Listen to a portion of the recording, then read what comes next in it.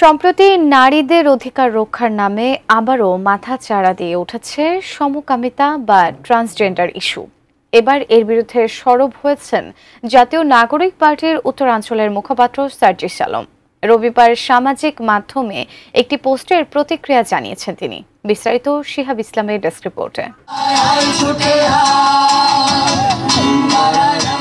সমঅধিকার প্রতিষ্ঠার দাবিতে রাজধানীর মানিক মিয়া এভিনিউয়ে গত শুক্রবার বিকেলে হয় নারীর ডাকে মৈত্রী যাত্রা কর্মসূচি। এতে অংশ নেন প্রগতিশীল নারী, শ্রমিক, শিক্ষার্থী, শিক্ষক, সাংস্কৃতিক কর্মী সহ নানা শ্রেণী পেশার মানুষ।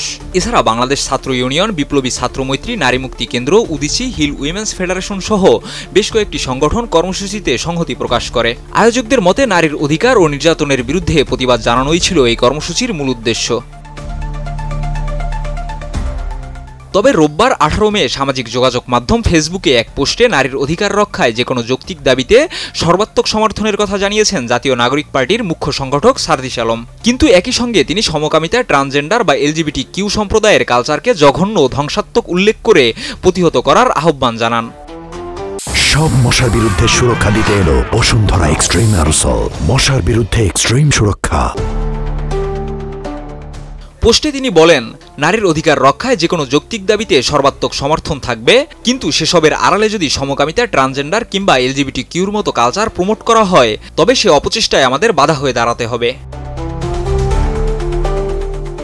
তিনি আরও দাবি করেন, পরিবার, সমাজ এবং রাষ্ট্রকে ধ্বংসের দিকে ঠেলে দিচ্ছে এ ধরনের সংস্কৃতি। যারা এটি লালন ও প্রচার করছে তাদের মানসিক চিকিৎসা করানো প্রয়োজন বলেও মন্তব্য করেন তিনি। সার্জিস আলম আরও বলেন, এটা সেই ক্যান্সার যা ধীরে ধীরে আপনার ঘর থেকে শুরু করে জাতি পর্যন্ত ধ্বংসের দ্বার প্রান্তে নিয়ে যেতে পারে। সেই সুযোগ আমরা করে দিতে পারি না। পোস্টের শেষাংশে পতিতাবৃত্তি প্রসঙ্গে তিনি বলেন, এই মর্মান্তিক নির্যাতন কখনোই পেশা হতে পারে না। যারা বাধ্য হয়ে বা প্রতারণার ফাঁদে পড়ে এ পথে এসেছে তাদের পুনর্বাসনে রাষ্ট্রকে কার্যকর উদ্যোগ নিতে হবে বলেও তিনি মত দেন।